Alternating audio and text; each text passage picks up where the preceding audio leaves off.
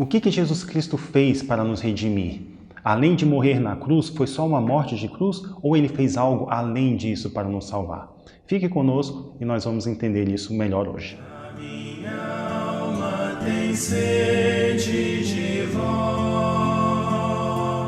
como a terra sedenta, ó meu Deus. Inspirai, Senhor, as nossas ações e ajudai-nos a realizá-las, para que em vós comece e para vós termine tudo aquilo que fizermos por Cristo nosso Senhor. Amém. Em nome do Pai, do Filho e do Espírito Santo. Amém. Olá, meu nome é Marcelo e hoje vamos continuar com os nossos encontros sobre Jesus Cristo.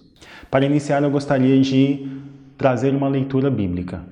Com efeito, se por um homem veio a morte, por um homem vem a ressurreição dos mortos. Assim como em Adão todos morrem, assim em Cristo todos reviverão. Para iniciar, precisamos compreender isso. Jesus Cristo é chamado de o novo Adão. Por que ele é chamado de o novo Adão? Exatamente porque ele desfez tudo aquilo que Adão tinha feito. E hoje nós vamos estudar isso. Antes de começar, eu preciso deixar claro uma questão. Jesus Cristo casou? Sim, Jesus Cristo casou. Quem é a esposa de Jesus Cristo? É a igreja. A igreja é a esposa de nosso Senhor Jesus Cristo. E em que momento a esposa de Jesus Cristo, que é a igreja, nasce? A tradição da igreja e o catecismo da Igreja Católica deixam bem claros. A igreja nasce do lado de Jesus crucificado. Quando Jesus morre e o centurião fere o seu lado direito, desse lado saem sangue e água. Sangue e água são símbolo do batismo e da Eucaristia. Esses dois símbolos representam a igreja, os dois sacramentos da salvação. Então agora nós vamos entender por que Jesus Cristo é chamado de um novo Adão. Ele desfez tudo aquilo que Adão fez. Isso é muito interessante. Se nós voltarmos ao Gênesis, a gente vai ver lá no capítulo 3, versículo 8, que Deus andava no jardim à hora da brisa da tarde.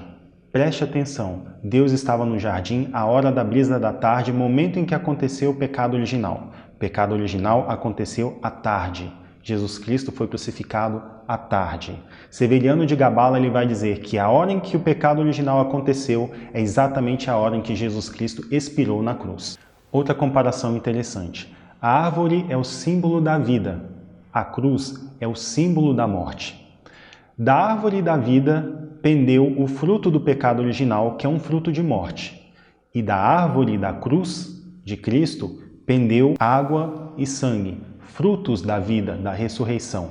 Então nós temos aqui a árvore da vida gerando o fruto da morte e nós temos em Jesus Cristo a árvore da morte gerando o fruto da vida. Uma outra comparação interessante.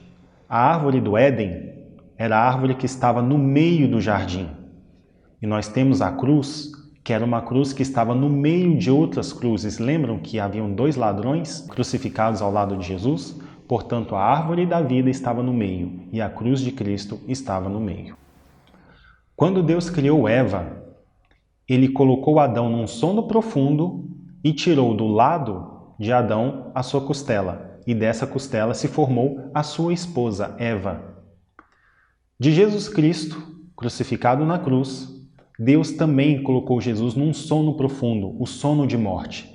E do seu lado tirou a igreja, que viria a ser a sua esposa. O pecado original possui duas dimensões, a soberba e a desobediência. A soberba ela é interna, porque a serpente disse para Eva, se quereis ser como deuses, e Eva quis. Isso é soberba. Jesus Cristo, por outro lado, ele é humilde, porque ele mesmo disse, aprendei de mim que sou manso e humilde de coração. Veja que no pecado original você tem a soberba e em Jesus Cristo você tem a humildade. No pecado original você vai ter a desobediência, porque Deus tinha mandado, não comeis do fruto, e eles comeram, eles desobedeceram. Jesus Cristo, na carta de São Paulo aos Filipenses, capítulo 2, versículos de 2 a 8, nós temos que Jesus Cristo se tornou obediente e obediente até a morte de cruz. Então, em oposição à desobediência de Eva e de Adão, nós temos a obediência de Jesus Cristo. No pecado original, nós temos dois tagarelas. Nós temos Adão, que joga a culpa na Eva, foi a Eva que me fez comer o fruto. E Eva, que joga a culpa na serpente. Foi a serpente que me seduziu e eu comi. Em Jesus Cristo, sempre que acusavam Jesus Cristo, o que ele fazia? Ele silenciava. Veja, no pecado original nós temos duas pessoas que, por meio do falar, elas repelem a culpa. Jesus Cristo, na redenção, por meio do silenciar, ele absorve a culpa. Tanto que nós dizemos que Jesus Cristo carregou todas as nossas culpas. Como que ele fez isso? Por meio do silêncio. Toda vez que o acusavam, ele ficava em silêncio, como se ele estivesse consentindo que realmente ele era culpado por aqueles crimes. No pecado original, nós temos Adão e Eva, homens que quiseram ser deuses. Em Jesus Cristo, nós temos um Deus que quis ser homem.